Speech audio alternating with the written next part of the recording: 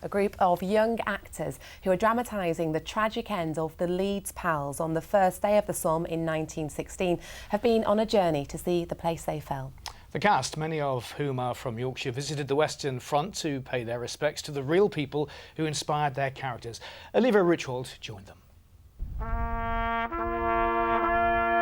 We are all bound to come to this gateway called death sooner or later.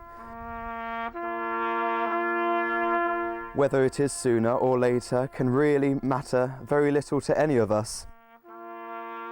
The words of Leeds pal Stanley Bickersteth in a letter to his sister.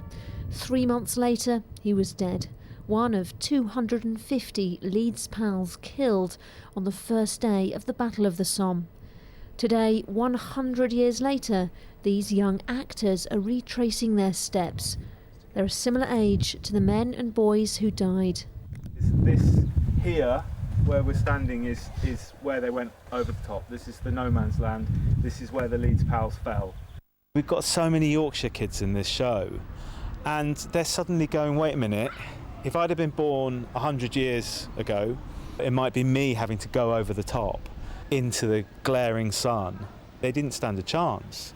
This summer, the group will perform the musical Brass, which tells the tragic story of the Leeds Pals. This trip to the battlefields and cemeteries allows them to connect with the real people who inspired their characters. To know that a character that I've invested so much in, is based on a real person lying over there is just a different experience altogether. People our age, people from where we are from, would have been in the same place that we're coming to, yet now it's so tranquil, so calm, and it's like nothing ever happened there.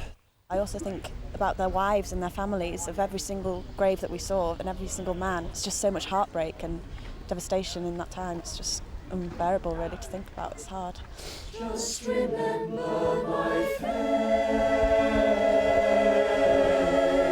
face, so I can visit you in your dreams. The actors also went to an informal museum in the village where the Leeds Pals lived before the battle which claimed so many lives.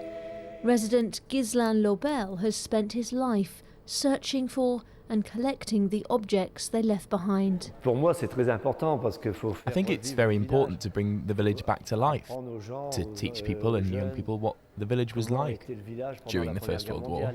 So remember my eyes and my chin and my smile and the dimples where my glasses used to be. Brass is on at the Hackney Empire in August. Olivia Richwald, BBC Look North, Northern France. You'll always have a friend.